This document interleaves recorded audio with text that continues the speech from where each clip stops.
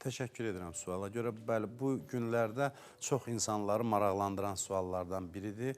Ümumiyyətlə bunu qeyd edeyim ki, orucluq Ramazan ayı fərdi yox, ictimai ibadətdir. Yəni, baxmayaraq ki, biz fərdi qaydada oruç tuturuq, ibadətlər edirik, amma hədislərdə qeyd olunur ki, kim fitrə zəkatı verməsə, onun orucu qəbul olunmaz. Yəni, oruc bizə həm də ictimai məsuliyyətimizi xatırladır.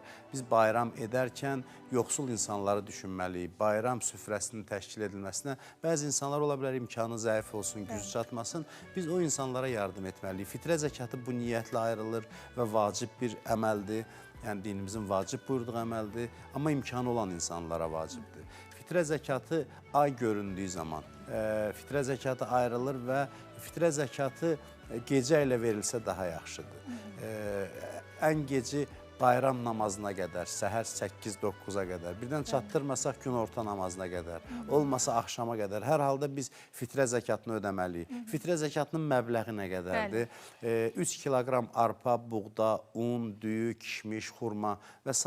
ərzaq növlərinin dəyəri qədər, həmin məbləğdə fitrə zəkatı ayrılır və ailə başçısı tərəfindən ayrılır, ailə üzvlərinin hər birinin adından. Hətta yenicə doğulmuş körpənin adından fitrə zəkatı ayrılmalıdır və yoxsul insanlara çatdırılmalıdır. Dünyaya gəlməmiş uşağın adından, ana əgər qadın hamilədirsə, onun adından ayırmaq vacib deyil, sadəcə bəyəniləndir. Müstəhəbdir ki, onun adından fitrə zəkatı ayrılsın. Yəni, bu şərtlərlə fitrə zəkatı ayrılmalıdır. Qafqaz Müsəlmanları İdarəsi tərəfindən təxminən 10-15 manat məbləğ müəyyən edilib. Əlbəttə, bu məbləği insanlar bazar qiymətləri ilə tənzimləyə bilər. Yəni, dediyim o ərzaq növlərinin bazardakı qiymətlərinə baxa bilər və hər bir insan ola bilər buğdanın 2 kiloqramı 1 manatı olsun, 3 manat bir insan, bir adamın adından ayrılsın. Amma imkanı çatan insanlar mümkün qədər daha çox fitrə zəkatı ayırsınlar.